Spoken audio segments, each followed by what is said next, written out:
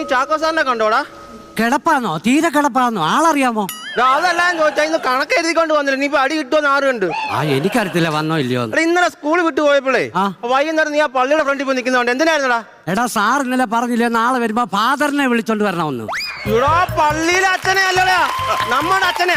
നമ്മുടെ അച്ഛൻ പോലും നിന്റെ അച്ഛനെ വിളിച്ചോണ്ട് വരണമെന്നാ പറഞ്ഞത്. അങ്ങനാണോ പറഞ്ഞത്? ഓ ഞാൻ ഓർത്തിത് എന്തോ ഇടപാടാന്ന് കേട്ടോ. ഇന്നലെ പരീക്ഷ എഴുതിയായിരുന്നോ? ഞാൻ എഴുതി. എങ്ങനെ ഉണ്ടായിരുന്നു? ഉച്ച കഴിഞ്ഞത്തെ എനിക്ക് സൂപ്പർ ആയിരുന്നു. ഓ എന്റെ ദൈവമേ, എനിക്ക് രാവിലെ ആയിരുന്നു ബുദ്ധിമുട്ട്. എന്നാലും പിന്നെ തലേദിവസം എല്ലാവരും ചെറുപാലം കഴിച്ചിട്ട് കടന്നാ പോരായിരുന്നോ? അപ്പൊ നല്ലപോലെ പരീക്ഷ എഴുതാൻ പറ്റുമോ? പരീക്ഷയ്ക്കോ? പിന്നെന്തോ ഞാനോർത്ത് ബാത്റൂമിൽ പോകാൻ പാടായിരുന്നു. ഓ ഞാൻ പരീക്ഷയുടെ കാര്യമില്ല നിന്നോട് പറഞ്ഞു.